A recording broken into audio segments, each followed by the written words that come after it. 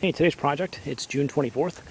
Here we got our raised bed garden, and you see the tomatoes. You might recognize these from a previous video, but we had a little problem here. As they've been growing this last week, they got top heavy and pretty much pulled out of their cages and are falling forward and covering another half of the garden. So what we're looking to do today is getting these vertical again, because right now they are covering out the peppers, and you see we got the cilantro or turning into corianders covering up our cucumbers, which are now in blossom or in bloom. So we want to get these tomatoes vertical. Now the problem we have though is the more you mess with them, the more tomatoes drop off, and it's completely loaded. You see we got a bunch that are coming due, just gobs and gobs and gobs of cherry tomatoes.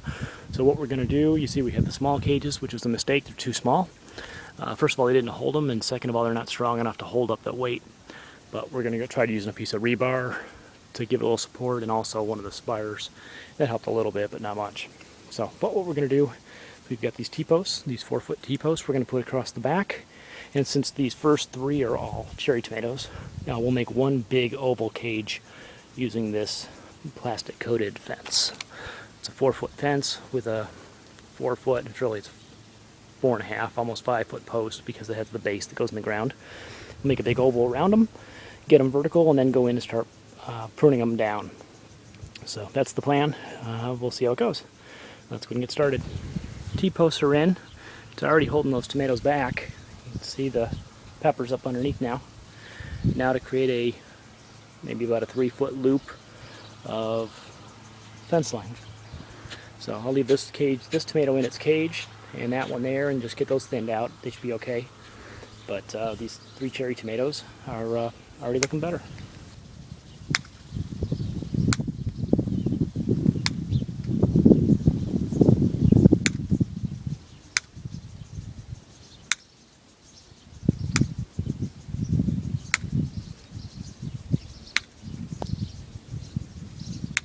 Slight modification to the plan, with some assistance from my lovely wife.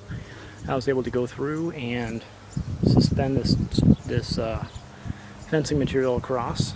Instead of going all the way around and making a solid loop, we decided to leave it open in the middle on the back, and that gives us the ability to, since these are smaller openings, I'll still be cutting some out so I can get through them, but it gives us better access so we can get in through the back to harvest and to prune and everything else. So that works out really, really well. So I'll come back later when it's not so hot and after things get watered and you had a chance to adapt all the handling. I'll go in and start getting these thinned out again, pruning out the suckers and helping open up these plants. But you look at the tomatoes in here, it's just jam-packed, and a bunch of them are coming ripe right now. But it gave our peppers a chance to get out into the sun. You see we got some of the peppers are coming in. Got some parsley down here, more peppers up here in the front. We'll be able to stake these up a little bit better and get the cucumbers out in the sun so we can start getting these cucumbers growing like they should be. But that's all we have for today. So if you like this and you're interested in seeing more of this project, please go ahead and subscribe.